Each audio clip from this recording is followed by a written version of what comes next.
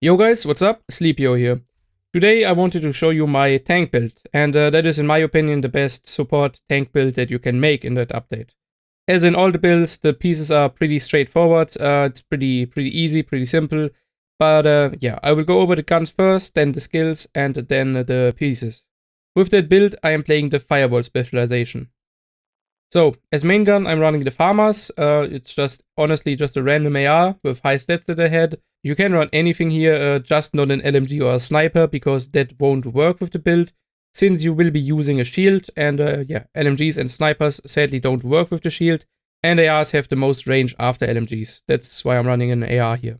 The talent doesn't really matter, but you could go for something like Ranger or, I don't know, Fast Hands, anything that's beneficial for the build. Like Strain is not really that good, but I am also playing that gun for a different build. That's why I have Strain on it. Since you're not doing much damage anyways though, it doesn't really matter what gun you play here, as long as you can do some damage at least. My second gun is the Sweet Dreams. It is level 30 actually. I didn't get a level 40 one yet, but it doesn't matter because I'm not gonna shoot that gun. I just have it for the talent Sandman. So melee attacks instantly kill non-elite enemies. The cooldown is 15 seconds. So, as you can imagine, that is really good, especially in the hard content, like Legendary and Heroic.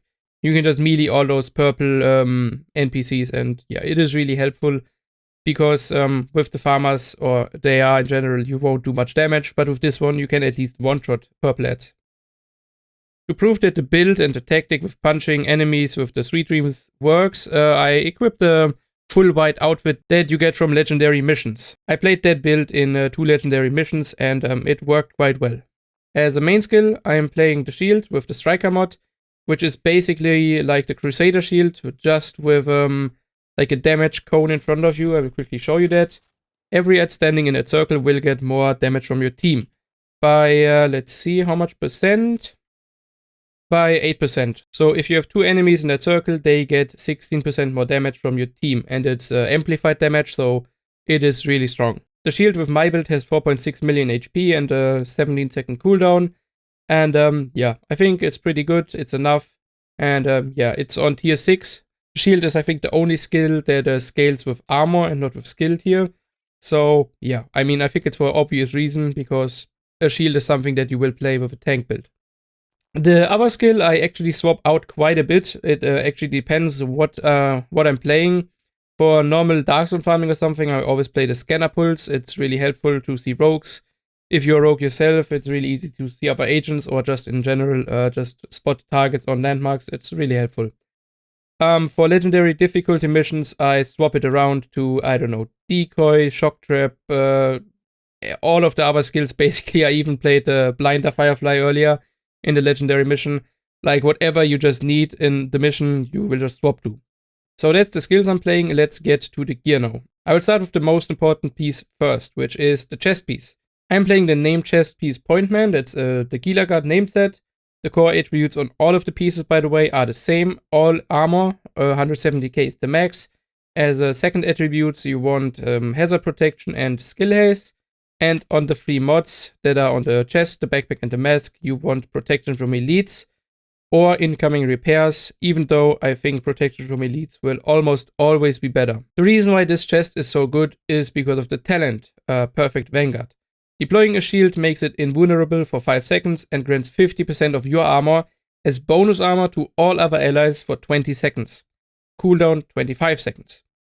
So that means every time you pop your shield, just like this, so you can already see under my ammo bar that I have a buff that lasts for 5 seconds. That is the time the shield is invulnerable, and that is definitely really helpful. Like, a shield that can't die for 5 seconds is really good, especially in Legendary. But the 50% of your armor that your allies get as bonus armor is even better. As you can see, I have 1.8 million armor, so that is 900,000 armor to my allies as bonus armor, which is more than their base armor, because if you are a damage dealer or healer, then you don't have any blue stats, so your armor is around 700k. That is by far the best support talent on a tank build, and you should definitely run it if you run a tank build, at least if you play in a team. The next item is the holster. I'm playing an RNK holster here. It has 15% incoming repairs. That is a piece I actually would like to replace, since there is a RNK holster that is named, and that one has, I think, 10% shield health, so that is really beneficial for that build for obvious reasons. Sadly, I couldn't get it yet, that's why I'm playing a normal RNK holster. The attributes are also not that great, but yeah, I'm waiting to replace it. That's why I didn't really bother getting a better one. So that is the 2 brand set pieces, but I also have a full gear set, which is the True Patriot set. From True Patriot, you get a 2-piece 30% ammo capacity and a 3-piece 30% mag size. So you have more ammo reserves and also a bigger magazine. And the 4-piece is basically like back then. So you have a rotating buff, red, white, and blue, and every 2 seconds those buffs rotate. Enemies you shoot will receive one of those buffs, depending with what buff you're shooting right now. So if you're holding down the trigger for 6 seconds, then you will apply all of those 3 buffs. The red buff amplifies the enemy's damage taken by 8%, the blue buff decreases the enemy's damage dealt by 8%, and the white buff repairs your and your allies' armor for 5% every second you are shooting an enemy. So those buffs are pretty nice to have. Especially since you don't really sacrifice anything for that gear set, since there are not many great backpack talents for a tank build.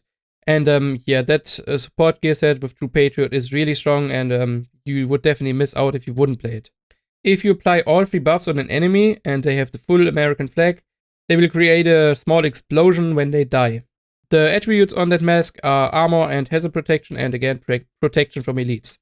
The backpack is also True Patriot, and you definitely want that one to be True Patriot, since the talent of the backpack buffs those buffs from 8% to 12%, and the white buff from 5% to 8%. The gloves are the same story again, just armor and preferably hazard protection. I sadly don't have hazard protection here, but yeah, I just didn't get the right pieces yet. And lastly, the knee pads. You also want armor here and then hazard protection. Sadly, my armor on the knee pads is still not maxed, even though I farmed a lot. But I got really unlucky with the core attributes on the knee pads, I think. And yeah, that is my tank build. I think it is the best tank support build you could make right now. If they don't make any changes to Vanguard, then it will also stay the best tank support build. I'm pretty sure about that. Because there's just nothing that competes with Vanguard. Like, it's insane. 20 seconds with a 25-second cooldown is just really, really strong. Thank you for watching the video, and if you like my content and want to support me, make sure to drop a like and maybe subscribe to the channel. See you in my next video. Bye!